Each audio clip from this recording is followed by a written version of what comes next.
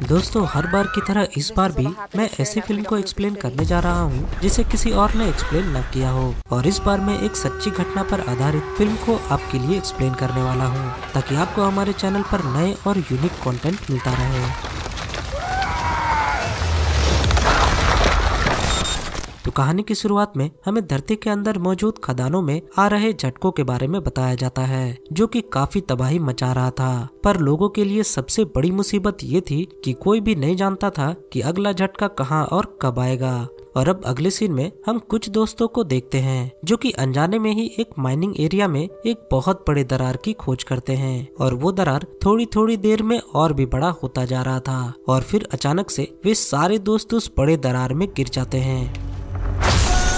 अगले सीन में हम फ्रिगा को देखते हैं, जो कि माइनिंग कॉलोनी में सेफ्टी मैनेजर थी, और वो माइनिंग एरिया के नजदीक ब्लास्ट के कारण हो रहे हलचल को रिक्टर स्केल पे जांच करने के लिए आई थी, क्योंकि इस इलाके में 2 पॉइंट के झटके आम बात थे। और वो एक खराब हो चुके इक्विपमेंट को बदलती है, और इसके बाद वो सीधा स्टेशन पहुंचती है दबीर को रिसीव करने के लिए, जो कि उसका दूसरा होने वाला पति था।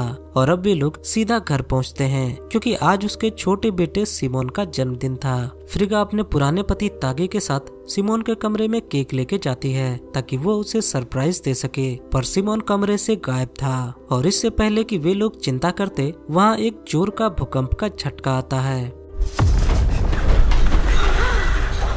फ्रिगा यहाँ अपनी बेटी मीका को सिमोन को ढूंढने को कहती है और खुद माइंस की तरफ जाने का फैसला करती है। फ्रिगा इस बार नोटिस करती है कि ये झटका रिक्टर स्केल पर 3.8 का था, जो कि नॉर्मल बात बिल्कुल भी नहीं थी। घर से बाहर निकलते वक्त फ्रिगा नोटिस करती है कि वहाँ मौजूद कुत्ता बहुत ही अजीब तरीके से इस इलाके को छोड़कर भाग रहा था, जैसे कि उसको पता हो कि यहाँ कुछ बुरा होने वाला है। थोड़ी देर बाद फ्रिगा अपने दोनों पतियों को लेकर माइंस के पास पहुँचती है, क्योंकि माइंस के इन पहाड़ों को फ्रिगा से बेहतर और कोई भी नहीं जानता।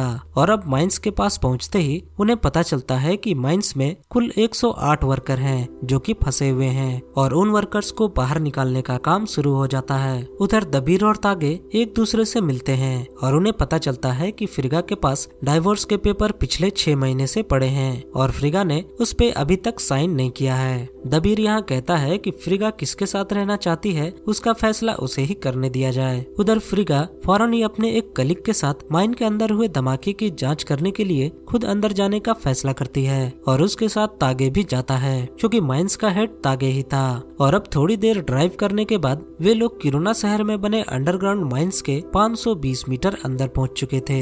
पर तभी तागे फ्रिगा से सिमोन के साथ हुई हल्की नोक झोंक के बारे में पूछता है, पर फ्रिगा सिमोन से लड़ने की बात को साफ इनकार कर देती है। थोड़ी देर बाद फ्रिगा पहाड़ों को खटखटाकर उस पे हुए नुकसान का पता लगाने की कोशिश करती है, और फ्रिगा को ड्रोन कैमरे की मदद से पता चलता है कि पहाड़ों के ऊपरी परत लगातार हुए ब्लास्ट से कमजोर हो चुकी है। और फ्रिगा अपने कलीग के साथ उस माइन के और अंदर जाती है। फ्रिगा यहाँ दीवारों पर हथौड़ी से कमजोर कड़ी की तलाश में थी, पर तभी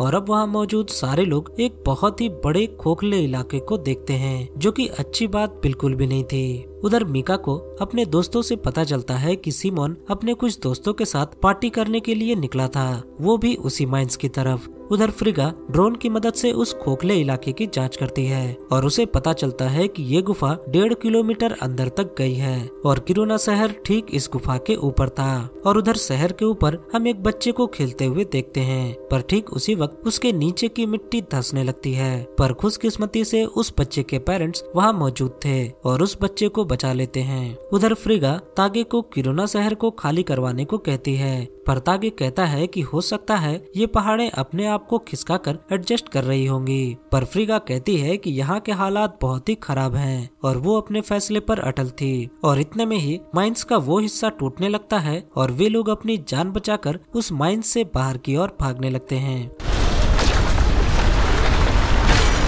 उधर दबीर एक फायर स्टेशन पे पहुंचता है, और उसे वहां के इंचार्ज से पता चलता है कि चट्टानों के फटने के बाद से वहां के पानी के पाइप्स फट गए हैं। जानवर इस शहर को छोड़कर भाग रहे हैं, और हर तरफ कीड़े मकोड़े निकल रहे हैं। और अब तो माइंस के अंदर 108 वर्कर भी फंस चुके हैं, और ये सब कुछ हुआ उस नए बने एक दरार की वजह से। दबीर यहाँ घर की ओर लौट रहा था, पर तभी रास्ते में ही उसे मीका दिखती है। दबीर यहाँ फौरन ही उससे इसकी वजह पूछता है, और अब वो शख्स यहाँ कहता है कि सिमोन और हम सब तुम्हारी गाड़ी चुराकर माइंस की तरफ पार्टी करने निकले थे, पर ज्यादा शराब पी लेने के कारण वो बेहोश हो गया था और अब उसे बिल्कुल भी अंदाजा नहीं है कि सिमोन वहाँ से कहाँ चला गया है। उधर फ्रिगा और सारे लोग एक ट्रक में बैठकर माहौल के शांत होने का इंतजार कर रहे थे, पर फ्रिगा यहाँ अच्छी तरीके से जानती थी कि वो खोखली जगह नई नहीं है और हो सकता है कि ये पूरा पहाड़ उनके ऊपर ही धंस जाए। फ्रिगा यहाँ किरुना शहर के लोगों की जान बचाने के लिए इस माइन से निकलने का फैसला करती है, ये जानते हुए भी कि चट्टानें अभी भी टूटकर गिर रही हैं और किसी भी वक्त उनकी जान भी जा सकती है।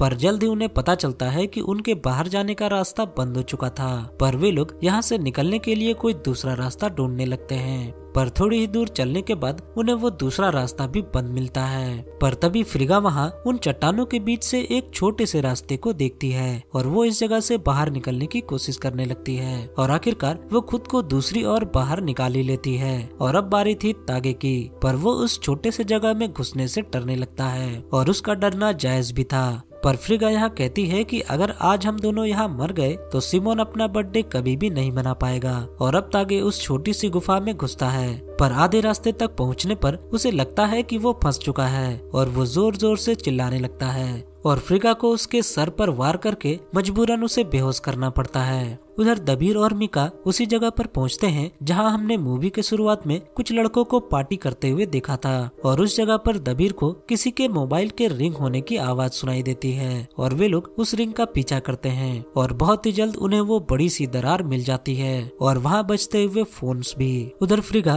तागे को बाहर खींचकर निकालती है और तागे राहत की सांस लेता है। और अब बारी थी फ्रिगा के कलीग की और वो जैसे ही गुफा में घुसती है तो वहाँ मौजूद पत्थर एक बार फिर से फिसलने लगते हैं और उसका एक पैर पत्थरों में फंस जाता है। फ्रिगा उसे बाहर निकालने की बहुत कोशिश करती है, पर तभी चट्टानें फिसलने लगती है और वो उन्हीं पत्थरों के बीच दबकर मारी जाती है। उधर मीका सिमोन के नंबर पर कॉल करती है, पर सिमोन का फोन यहाँ नहीं बजता और उसे पता चल जाता है कि सिमोन यहाँ नहीं है। उधर फ्रिगा बाहर निकलने के बाद भी बहुत ही सदमे में थी, क्योंकि उसने अभी अभी अपने सबसे प्यारे कलीग को खोया था। पर फ्रिगा के पास वक्त बहुत ही कम था और अब इतने में ही मीका अपने मॉम को कॉल करती है और कहती है कि हम पहाड़ों के बीच एक बड़े से दरार के पास हैं और सिमोन यहीं कहीं हो सकता है। पर अब फ्रिगा उसे किरुना शहर की ओर जाने से मना करती है, क्योंकि किरुना शहर किसी भी वक्त धंस सकता था। और अब फ्रिगा के कहने पर पूरे शहर में वार्निंग अलार्म बजा दिया जाता है और अलार्म बजते ही शहर में अफरा तफरी मच जाती है।